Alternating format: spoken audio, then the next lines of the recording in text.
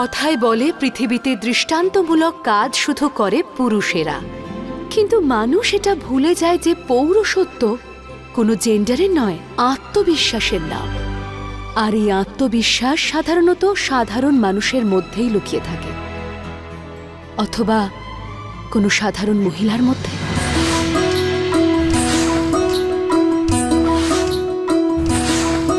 না না না না না না না না না না না na na na na na na na na na na na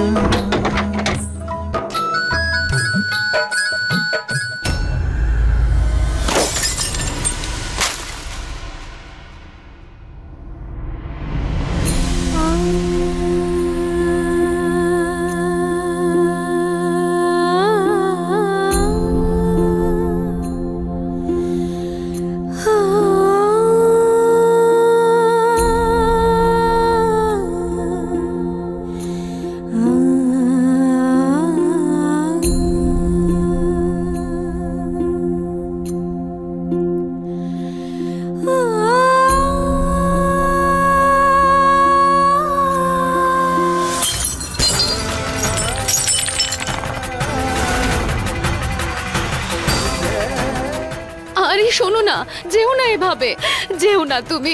আমি তোমার সামনে হাত জোড় করছি, তুমি চলে গেলে আমরা কার ভরসায় বাঁচবো বলো? সাহায্যে আবার, যার সাহায্যে গোটা দুনিয়াটা চলছে, ভগবানের কৃপায়। সব থেকে আগে এই মেয়েটার কান্নাটা থামাও। মাথা খারাপ হয়ে যাচ্ছে একেবারে, প্রত্যেকদিন সকাল হতে না হতেই শুরু। তুমি কেন বাবার কথা এত গায়ে মাখছো?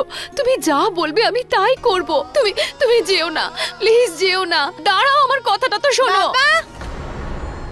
মা কিছু বলছে তো?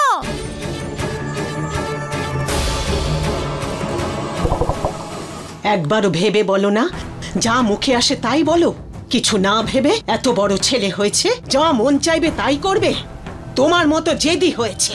ওই যে বলে না, আম গাছে আমই জন্মায়।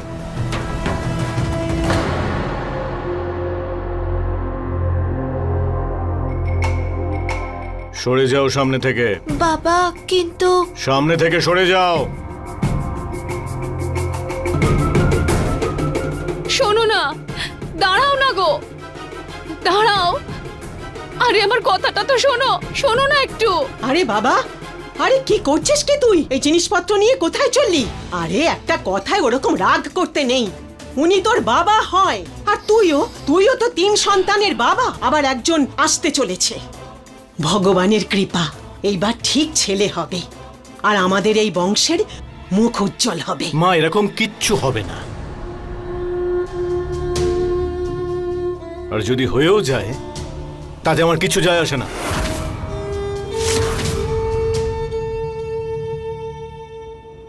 আমি বাড়ি ছেড়ে চলে যাচ্ছি।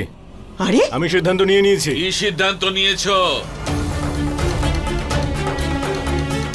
কি সিদ্ধান্ত নিয়েছো? যে অন্য মহিলার সঙ্গে জোট বেঁধে জীবন কাটাবে? বাবা, যাকে তুমি পরস্ত্রী বলছো না, সে হলো আমার স্ত্রী। বিয়ে করে নিয়ে এসেছি। যদি ও তোমার স্ত্রী হয়, তাহলে এ কে? 3 বাচ্চার জন্ম দিয়েছে। ও হলো আমার ভুল, সবচেয়ে বড় ভুল। আর এই ভুলটা তুমি আমাকে দিয়ে করিয়েছো। আর যেদিন থেকে ও এই বাড়িতে এসেছে, একটার পর একটা ভুলই করে যাচ্ছে। একেবারে ফ্যাক্টরি বানিয়ে ফেলেছে কন্যা সন্তান জন্ম দেওয়ার। আর ওর এই ভুলে আমায় অংশীদার হতে হচ্ছে। ওর সঙ্গে আমার আর কোনো সম্পর্ক নেই।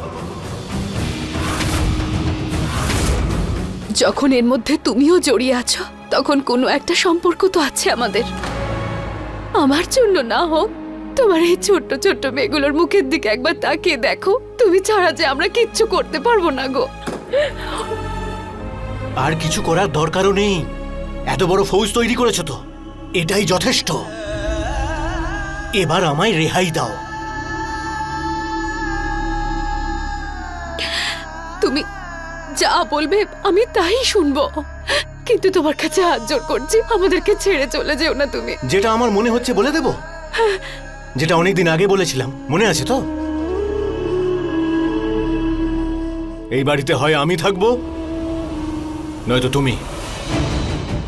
সিদ্ধান্ত এখন তোমার হাতে। সিদ্ধান্ত বৌমা নয়, আমি নেব। এটা আমার বাড়ি, আর আমার সিদ্ধান্ত হলো এই যে বৌমা এ বাড়ি ছেড়ে কোথাও যাবে না। তুমি যেখানে যেতে চাও যাও। তাহলে ঠিক আছে, সিদ্ধান্ত হয়ে গেল। এবার তুমি শান্তি পেয়েছো তো? হ্যাঁ, চলে যাচ্ছি আমি। না গো, যেও না এভাবে। শোনো বাবা, না, যাস না। গুড্ডু কথাটা বাবু, শোনো।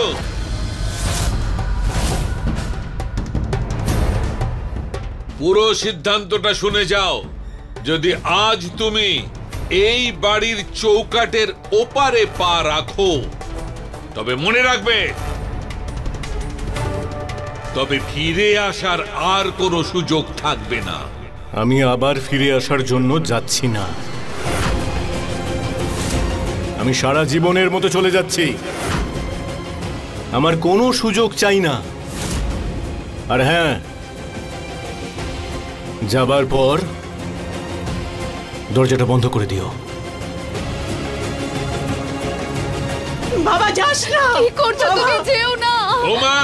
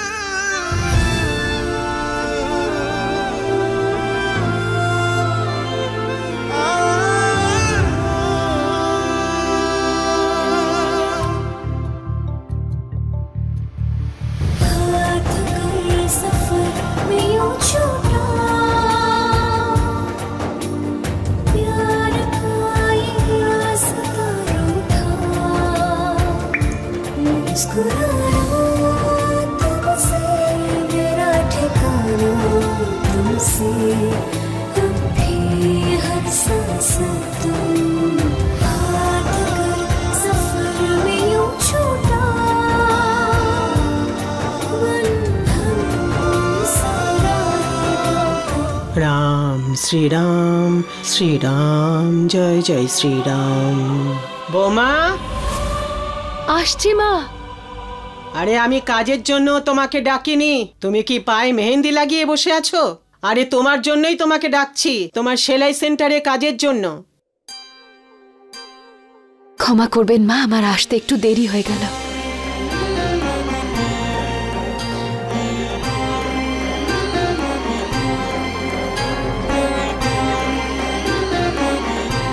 নমস্কার দিদি। কি হয়েছে রে? কোনো সমস্যা হয়েছে নাকি? না দিদি, চিন্তার কিচ্ছু নেই। ওই বর্মা বাবু আপনার সাথে কথা বলতে চাইছিলেন, সকাল থেকে সেন্টারে বসে আছেন। তাই বুঝি? এমনিতেও আমি সেন্টারে যেতাম। চল এক্ষুনি যাই। আরে ও বৌমা, এইভাবে কি করে চলে যাচ্ছ তুমি? আমার খাওয়ার সময় হয়ে গেছে, আর একটু বাকি আছে, তারপরে খাবার খাবো।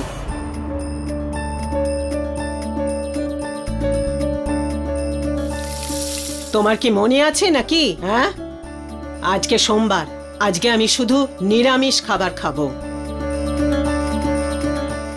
যদি এই বুড়িটার উপরে দয়া থাকে তাহলে একটু পায়েস আর রায়তা বানিয়ে দিও।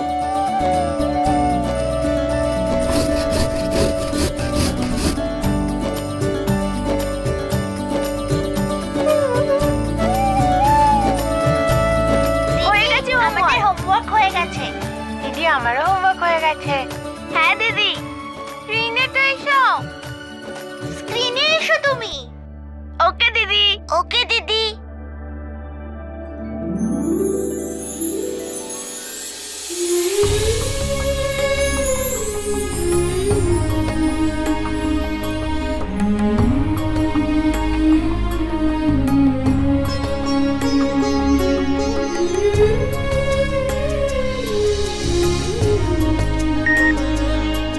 নাও, চলে এসেছি স্ক্রিনে। আচ্ছা, সবার হোমওয়ার্ক হয়ে গেছে তো?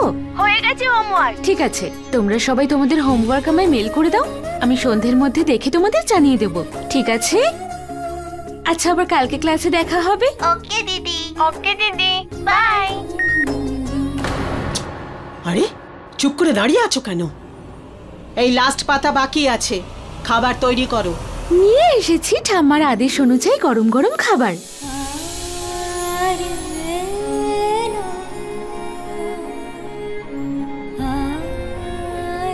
যাতে আছে লুচি, লাউয়ের তরকারি আর রায়তার সাথে মিষ্টি পায়েসও।